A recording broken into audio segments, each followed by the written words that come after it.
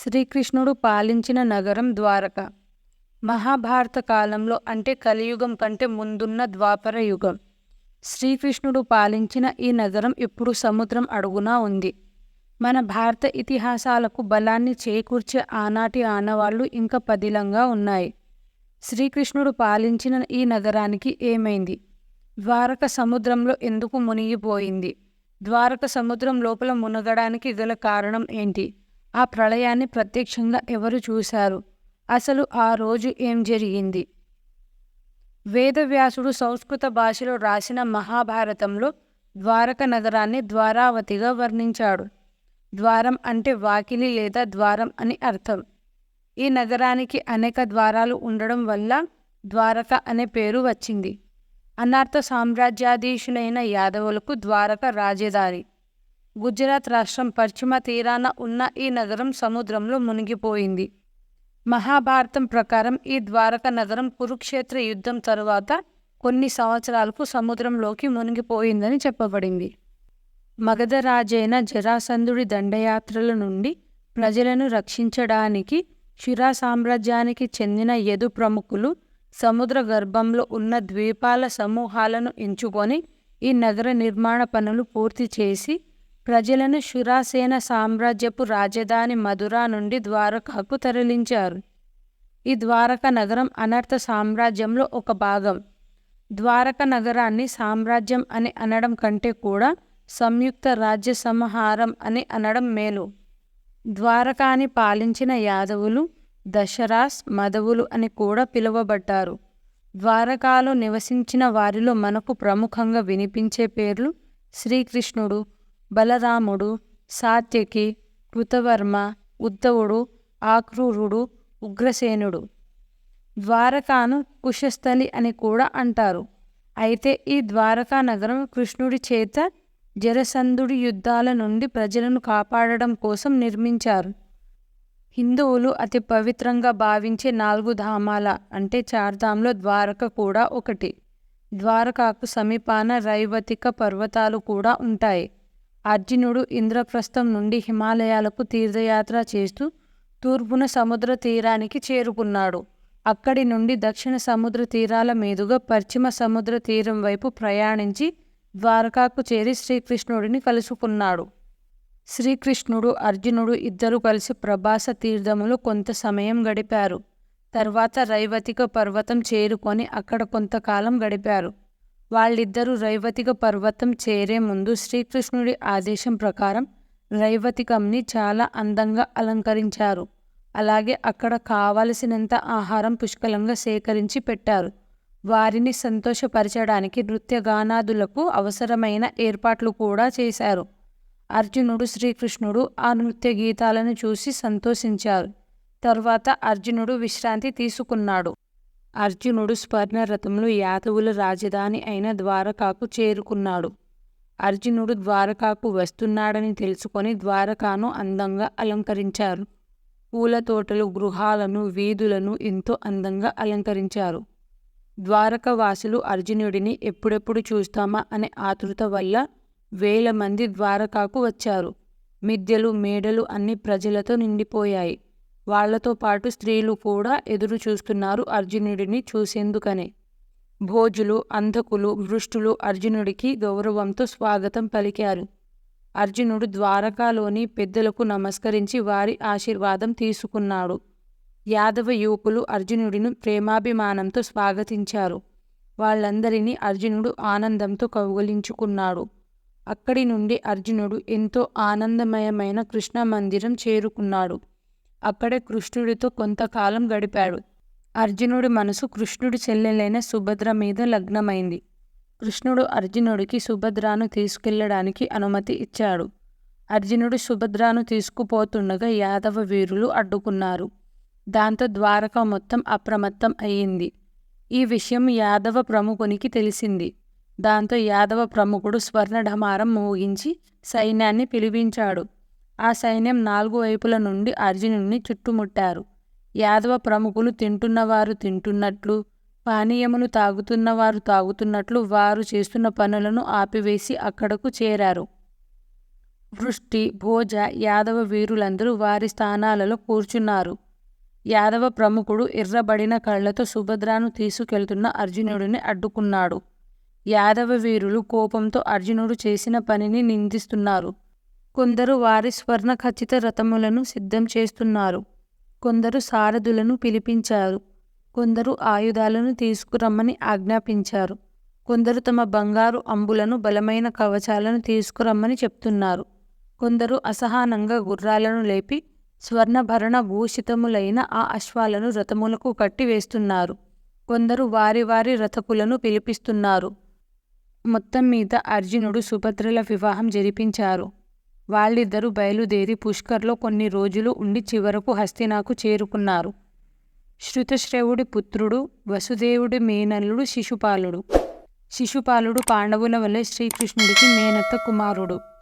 పాండవులకు శ్రీకృష్ణుడి మీద భక్తిపూర్వక ప్రేమాభిమానాలు ఉన్నాయి. కానీ శిశుపాలుడికి మాత్రం శ్రీకృష్ణుడి మీద శత్రుత్వం ఉండేది. శ్రీకృష్ణుడు తన సైన్యాలతో ప్రాగ్జ్యోతిషపురంలో ఉన్న సమయంలో శిశుపాలుడు ద్వారకాను తగలబెట్టాడు. అదే సమయంలో భోజక రాజు రైవతిక పర్వతం మీద ఉత్సాహంగా కాలం గడుపుతున్నాడు. శిశుపాలుడు ఆ రాజు మీద దండయాత్ర చేసి అతడి అంగరక్షకులను చంపి మిగిలిన వారిని గొలుసుతో కట్టి తన నగరానికి తీసుకెళ్లాడు. తర్వాత ద్వారక మీద సాల్వుడి దండయాత్ర పెద్ద వివాదాంశం అయ్యింది. ఇంద్రప్రస్థంలో ధర్మరాజు చేసిన పవిత్ర రాజసూయ యాగం సందర్భంలో శిశుపాలుడు శ్రీకృష్ణుడి చేతిలో వధించబడిన కారణంగా శిశుపాలుని సోదరుడు అయిన సాల్వుడు కోపంతో ద్వారక మీద దాడి చేశాడు. సాల్వుడు నిర్మించిన సౌవరథంలో ద్వారకాను చేరి వృష్టి వీరులను వధించి ద్వారక నగరంలోని పూల తోటలను ధ్వంసం చేశాడు. ఈ సౌవారథాన్ని సౌభ అని కూడా అంటారు. సౌభ పేరుతో ఒక నగరం కూడా ఉంది. సాల్వుడు అనర్థ దేశీయులను శ్రీకృష్ణుడి గురించి అడిగాడు. సాల్వుడు తన సైన్యాలను సిద్ధపరిచి ద్వారక నగరంపై భాగాన నిలిచి ద్వారక సైన్యాలతో పోరాడాడు. ఆ యుద్ధంలో వారు ద్వారక మీద బాణవర్షం కురిపించారు. ఆ సమయంలో ద్వారక రక్షణ వలయంలో ఉంది. అర్చీలు, బురుజులు, యుద్ధచుహులైన వృష్టివీరులు, భేరీలు, మృదంగాలు, శంఖాలు, యుద్ధానికి సిద్ధంగా రెండు వైపుల చెక్కతో చేసిన గోడలను నిలిపిన వీధులు, అక్కడక్కడ ఏర్పాటు చేసిన ద్వారాలు, పుష్కలంగా సమకూర్చబడిన ఆహార పదార్థాలు, ఆయుధాలను విసరడానికి ఉపయోగించబడే యంత్రాలు, పాత్రలు, తోలుతిత్తులు, కత్తులు, కటారులు, బల్లెములు, వేడి ద్రవాలు, మందుగుళ్ళు, పదునైన గొడ్డళ్ళు, పటిష్టమైన రథాలు సిద్ధంగా ఉన్నాయి. యాదవ వీరులు అంటే గడ, సంవ, ఉద్ధవ వీరులు వారి వారి అధికార స్థానాలలో నిలిచారు. సైన్య సమేతంగా యాదవ వీరులు యుద్ధ సన్నద్ధులై రక్షణ కొరకు నిలిచారు.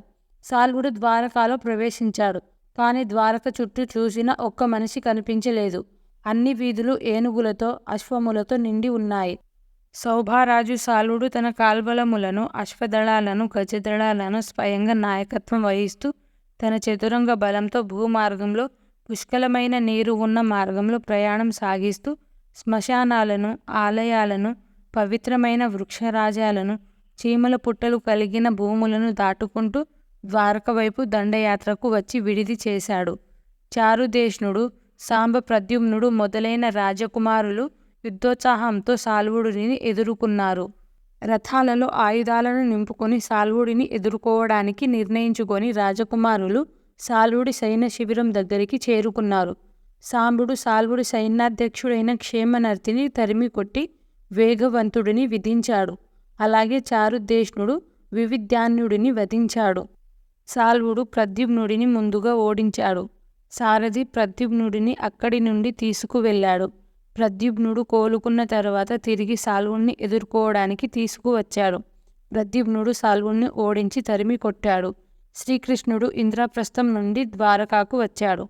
అక్కడికి వచ్చి చూడగా ఎక్కడ వేదధ్వనులు, యజ్ఞయాగములు లేకపోవడం, అలాగే నాశనం చేయబడ్డ పూల తోటలను కూడా చూశాడు. ద్వారక నగరమంతా శోభావిహీనంగా కనిపించింది.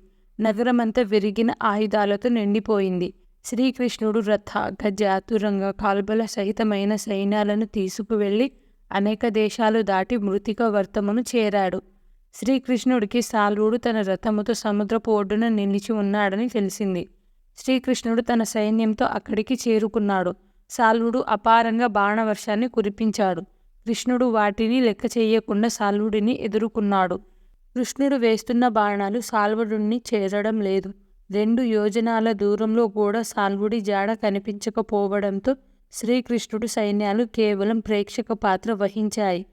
కృష్ణుడు వేసిన బాణాలు సాల్వుడిని రథాన్ని రక్షిస్తున్న దానవుల శరీరాలను చీల్చిన కారణంగా వారు గాయపడి సముద్రంలో పడిపోయారు. అది చూసిన సాల్వుడు మాయా యుద్ధం మొదలుపెట్టాడు. సాల్వుడు కృష్ణుడి మీద అనేక క్రూర ఆయుధాలను ఉపయోగించాడు. శ్రీకృష్ణుడు వాటిని లెక్క చేయకుండా యుద్ధాన్ని కొనసాగించాడు. యుద్ధం ఘోర రూపం దాల్చింది. చివరికి సాల్వుడు కొండ శిఖరాన నిలిచిన శ్రీకృష్ణుడితో ద్వంద్వ యుద్ధానికి తలపడ్డాడు. అప్పుడు అక్కడ హఠాత్తుగా చీకట్లు, వెలుగులు నిరంతరం మారసాగాయి. పగలు కొంతసేపు, రాత్రి కొంతసేపు, కొంతసేపు మబ్బులు కమ్ముకున్నట్లుగా, కొంతసేపు వేడిగాను, కొంత సమయం చలిగాను అక్కడి వాతావరణం మారసాగింది. తర్వాత నిప్పుల వర్షం కురవసాగింది. అలాగే కొద్దిసేపటికి బూడిద వర్షం కురవసాగింది.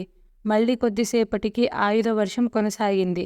ఆకాశం 100 సూర్యులు చీల్చుకొని వచ్చినట్లుగా, అలాగే 100 చంద్రులు వచ్చినట్లుగా, 10,000 తారలు వెలిగినట్లు ప్రకాశించసాగింది.